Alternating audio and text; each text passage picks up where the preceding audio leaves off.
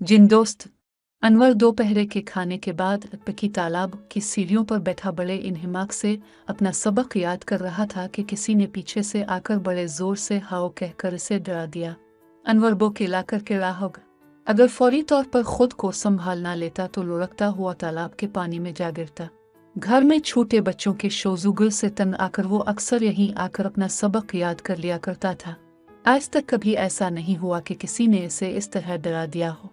अनवर ने डरते डरते गर्दन घुमा कर देखा तो पुश्त पिरास का बेहतरीन दोस्त और क्लास फेलो सफदर खड़ा मुस्कुरा रहा था। दोनों में बड़ी गहरी और पक्की दोस्ती थी।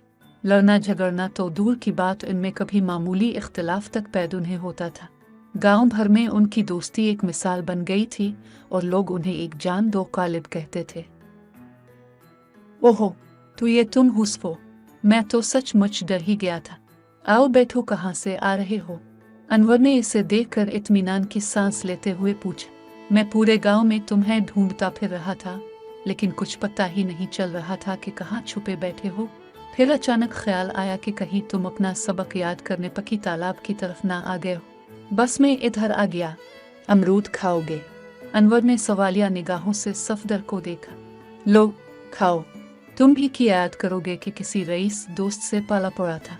इतना कहकर सफदर ने कमीज की तीनों जेबों से दर्जन भर छोटे बड़े अमरूद निकालकर अनवर के सामने ढेर कर दिए। पके हुए अमरूदों की तेज खुशबू में फैल गई। कहाँ से तोड़ कर ला रहे हो? तुम्हारी घर में तो अमरूद का कोई दरख्त नहीं है। सफदर ने कहा। खाकर तो देखो, खुद ही पता चल जाएगा। अनवर ने एक छोटा सा अमरूद उठाया, कमीज के दामन से रगड़कर उसे साफ किया और दांतों से आधा काट लिया। अंदर गहरे गुलाबी रंग का गूदा देखकर अनवर बौखला गया। पूरे गांव में अलिफ सा एक ही दरख्त था जो पुरानी हवेली के अंदर था। हवेली के मालिक बड़े जमींदार साहिब ने शहर में कारोबार जमा लिया और खुद भी शहर चले गए तो हवेली पर जिन्नों के पूरे कबीले ने कब्जा कर लिया। ये गांव वालों का ख्याल था, वरना हकीकत क्या थी ये तो अल्लाह ही को बेहतर मालूम होगा। यूं पुरानी हवेली खौफ विदहशत की अलामत बन चुकी थी और लोग उसके करीब से गुजरते हुए भी डरते थे। हालांकि हवेली का कोई जिन आज तक किसी गांव वाले को नजर नहीं आया था। अनवर ने खौफजदा लहजे में कहा, यह तो पुरानी हवेली के दरख्त के अमरूद हैं। तुम्हें कहाँ से मिल गए? मैं खुद तोड़ कर ला रहा हूँ। सफदर हंसने लगा। तुम हवेली के अंदर गए थे? अनवर ने बौखलाकर पूछा। हाँ बिल्कुल गया था, वरना यह अमरूद कहाँ से लाता? और हवेली के जिन्नों ने तुम्हें कुछ नहीं कहा? क्या कहते?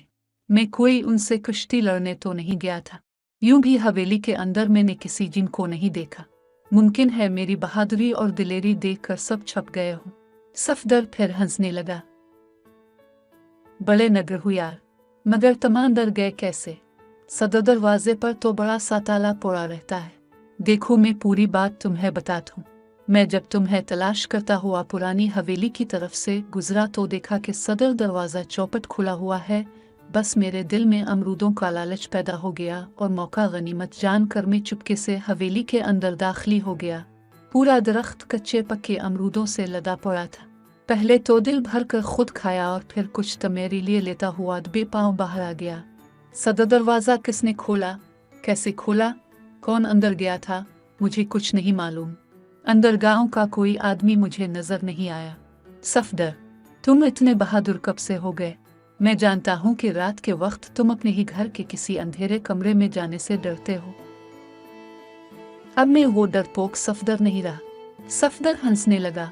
वैसे अनवर, एक बार मेरी समझ में नहीं आई कि जब मैं हवेली से निकलकर कुछ दूर आ गया और मुड़कर पीछे देखा तो सदर दरवाज़ा बदस्तूर बंद था और वो बड़ा सा ताला पहले की तरह लटक रहा था।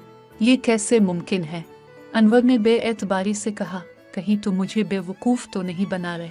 अच्छा बताओ, फिर ये अमरूद कहाँ से आए? सफदर ने शोखी से हंसते हुए कहा। क्या गांव में गुलाबी गूदे वाला कोई दूसरा दरख्त भी है? अनवर के पास इसका कोई जवाब नहीं था। ही तुम अभी बैठोगे? थोड़ी देर बाद सफदर ने पूछा। हाँ, थोड़ा सा सबक रह गया है, उसे भी याद कर लो, फिर घर जाऊंगा। अच्छा तो मैं चले तो हूँ। कल रात से बाबा की तबीयत सख्त खराब है। मुमकिन है मुझे कस्बे जाकर हकीम साहब को गिरलाना पड़े। सफदर मगमूम लहजे में कहा। अगर ऐसी बात है तो फिर चुल्लू में भी कस्बे तक तो मेरे साथ चले तो। अनवर किताबें समेटने लगा। नहीं, तुम अपना सबक याद करो, मैं घर जाकर देखता हूँ। मुमकिन है बाबा ने बड़े भाई को कस्बे दूर है, वापसी में रात हो जाएगी। रात का खाना खाकर अनवर ने मेज़ की दराज से अपनी छोटी से टार्च निकाली और उसे जलाता बुझाता अपने दोस्त के घर पहुंच गया। दरवाज़ा सफदर की अम्मी ने खोला और इसे पहचान कर बोले, कौन? अनवर मियाँ। खैर तो है बेटे, अपनी रात गए, आओ अंदर आ जाओ। सफदर कहाँ है? अनवर ने बेताबी से पूछा। क्या अकेले कस्बे चला गया? वो कस्बे क्यों जाएगा?